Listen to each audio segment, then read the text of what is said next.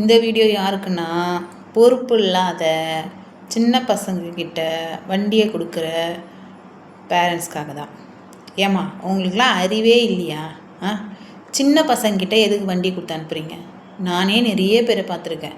6th 7th 8th ஓட்டுற பசங்களுக்கு cycle வாங்கி கொடுக்க வேண்டிய வயசில் அறிவு இருக்கா இல்லையா நான் கேட்குறேன். எல்லா பேரண்ட்ஸையுமே தான் கேட்குறேன். உங்கள் பையன் இந்த வயசில் வண்டி ஓட்டுனா உங்களுக்கு பெரிய மதிப்பு மரியாதை வந்துடும் நினைக்கிறீங்களா? உங்களால் எவ்வளோ பேர் பாதிக்கப்படுறாங்க தெரியுமா? அவங்களுக்கு வண்டி எப்படி ஹேண்டில் பண்ணுறதுன்னு தெரியல. அதில் வேறு ஒரு அம்மா வீடியோ போடுது, பின்னாடி உட்காந்து போகிற மாதிரி ஒரு வீடியோ போடுது. என்ன உங்களுக்கு இதில் என்ன உங்களுக்கு ஒரு பெருமை, இதில்னா ஒரு ஜாலி? நம்ம பையன் சைக்கிள் ஓட்டினா அதில் ஒரு சந்தோஷப்படலாம், ஒரு நல்ல மார்க் எடுத்துகிட்டு வந்தால் அதில் ஒரு சந்தோஷப்படலாம், ஒரு ஸ்போர்ட்ஸில் சேர்ந்து ஒரு கப் அடிச்சுன்னு வந்தால் ஒரு சந்தோஷப்படலாம். அதெல்லாம் விட்டுட்டு பைக் ஓட்டுறான், ஸ்கூட்டி ஓட்டுறான்னு சொல்லிட்டு இதெல்லாம் ஒரு ஹாப்பியா? நம்மலாம் ஸ்கூலுக்கு போகும்போது 90s கிட்ஸ்லாம் ஸ்கூலுக்கு போகும்போது நடந்து போவோம், இல்லைன்னா சைக்கிள் வாங்கி தருவாங்க. சைக்கிள் வாங்கி கொடுக்க கூட ஒரு வீட்டில் கஷ்டமாக இருக்கும். மோஸ்ட்லி நடந்து தான் போவோம், நம்ம நடந்து தான் வருவோம்.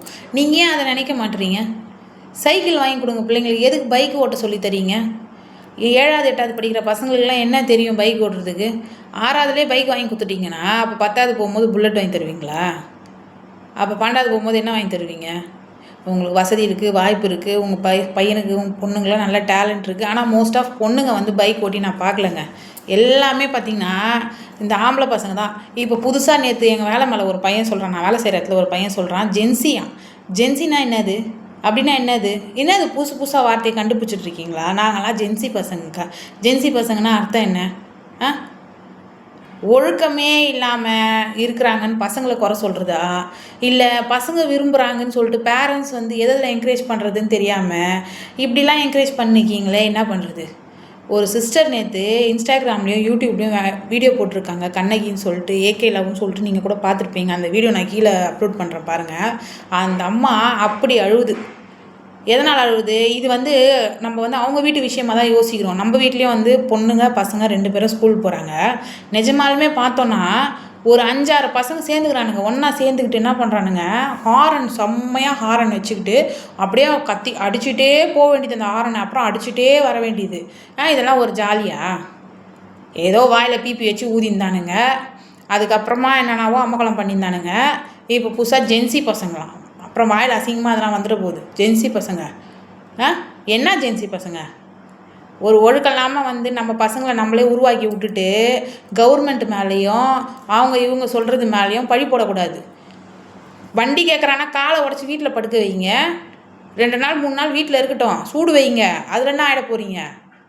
நம்ம பசங்க நம்ம பேச்சை கேட்கலன்னா அப்புறம் வெளியே இருக்கிறவங்க பேச்சை எப்படி கேட்பாங்க?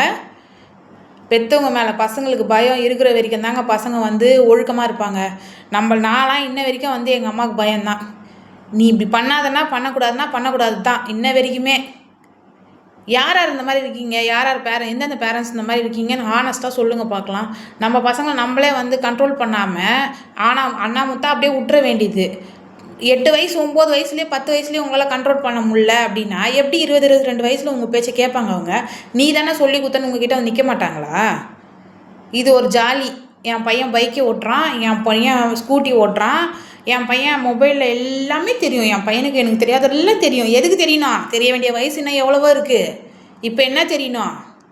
புக்கில் எந்த பேஜஸ் திறந்தால் என்ன கொஸ்டினுக்கு ஆன்சர் தெரியணும். எவ்வளோ தூரம் எவ்வளோ நிமிஷத்தில் ஓடினா இந்த மீட்டரை நம்ம கடக்க முடியும்.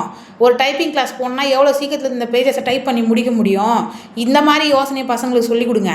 அதை விட்டுவிட்டு 100 ரூபாய்க்கு பெட்ரோல் போட்டால் 2 கிலோமீட்டர் போகுமா 1 கிலோமீட்டர் போகுமா அப்படின்னு சொல்லிட்டு யோசனை சொல்லி தராதீங்க. எங்கேயோ இருக்குது அந்த பொம்பளை பாவம், அவ்வளோ அழுவுது. அதுக்காக யாரும் எந்த வீடியோவும் போடல. ஆனால் ஜூலி பேசுகிறா, அவங்க விஜய் சாரை சொல்லிட்டாங்க, இவங்க அவங்கள சொல்லிட்டாங்கன்னு சொல்லிட்டு பேசிட்டு கிடக்கீங்க. நம்ம பசங்களை நம்ம தாங்க பார்த்துக்கணும். தயவுசெய்து எல்லா பேரண்ட்ஸ்க்குமே சொல்கிறேன், யாரெல்லாம் இந்த பைக்கு ஸ்கூட்டர் வாங்கி கொடுத்து பசங்களுக்கு பெட்ரோல் போடவும் காசு தரீங்களோ அவங்கெல்லாம் கொஞ்சம் கண்ட்ரோல் பண்ணுங்கள்.